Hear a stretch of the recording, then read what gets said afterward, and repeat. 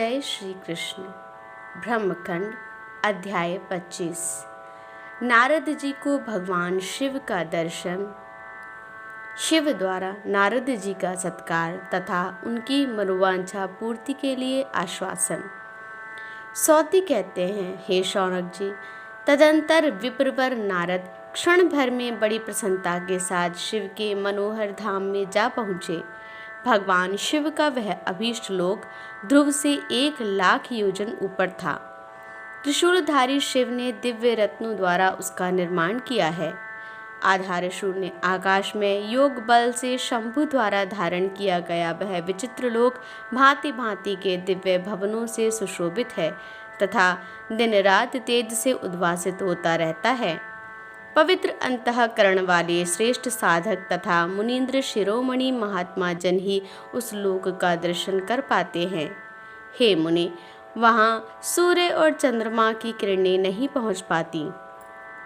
परकोटों के रूप में प्रकट हुए अत्यंत ऊंचे, बहुत बड़े हुए तथा ज्वालाओं से जगमगाते हुए असंख्य पावक उस लोक को चारों ओर से घेर कर स्थित हैं।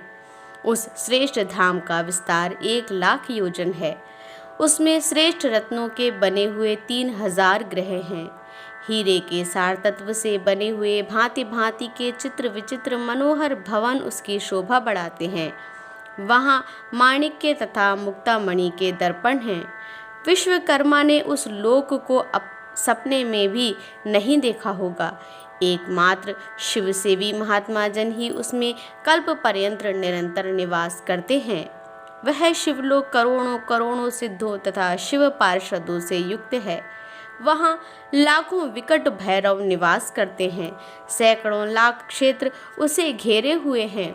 सुंदर फूलों से भरे हुए मंदार आदि देव वृक्षों से वह सदा आवेष्टित है।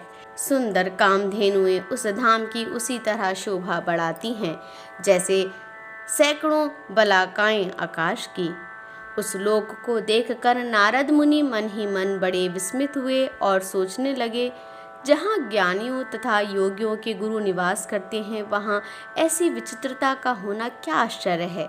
यह सृष्टि लोक त्रिलोकी से अत्यंत विलक्षण है और भय, मृत्यु, रोग, पीड़ा तथा जरावस्था को हर लेने वाला है। नारद जी ने देखा, दूर सभा मंडप के मध्य भाग में शांत स्वरूप कल्याणदाता एवं मनोहर शिव विराजमान हैं।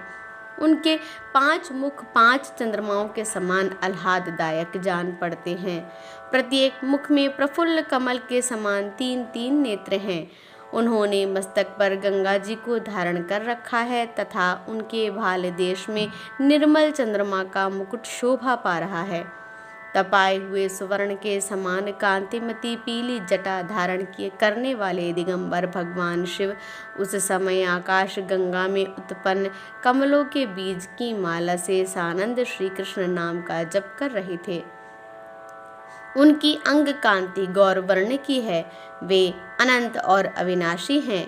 उनके कंठ में सुंदर नील चिन्ह शोभा पाता है। वे नागराज के हार से अलंकृत हैं। बड़े बड़े योगींद्र, सिद्धेंद्र और मुनीन्द्र उनके चरणों की वंदना करते हैं। वे सिद्धेश्वर हैं, सिद्धि विधान के कारण हैं, मृत्युंजय हैं तथा काल और यम का भी अंत करने वाले हैं।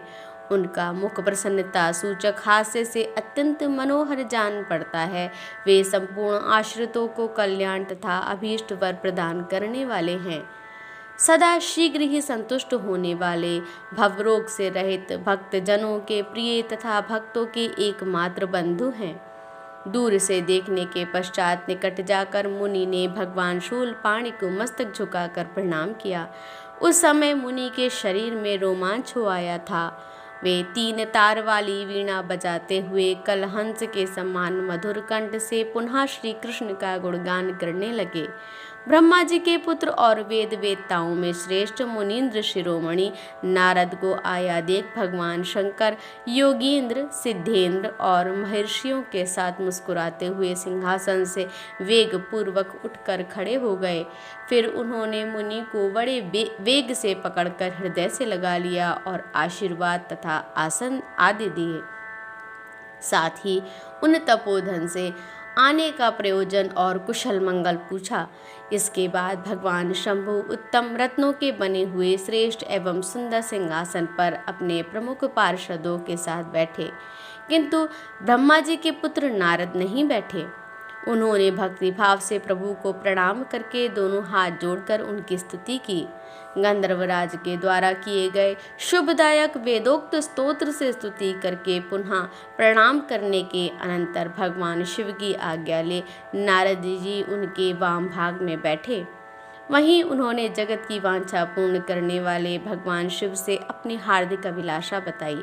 मुनि का ये वचन सुनकर कृपा निधान शंकर ने तुरंत प्रतिज्ञा पूर्वक कहा, बहुत अच्छा, तुम्हारी अभिलाषा पूर्ण होगी। इस प्रकार ब्रह्मखंड में 25वां अध्याय पूरा हुआ। कल हम ब्राह्मणों के आहनिक आचार तथा भगवान के पूजन की विधि का वर्णन के प्रसंग का पाठ करेंगे। भगवान श्री कृष्ण सब पर अपनी कृपा बनाए रहे।